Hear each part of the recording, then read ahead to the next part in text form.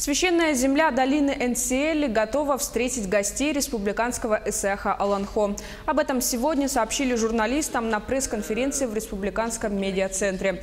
Так, сегодня на местности уже возведены и строятся 16 объектов, в том числе трибуна на 3150 мест и обрядовые строения аллея аланхасутов-писателей. Во время праздника планируется провести 73 культурно-спортивных мероприятия. Всего на проведение республиканского национального праздника район собрал более 17 миллионов рублей.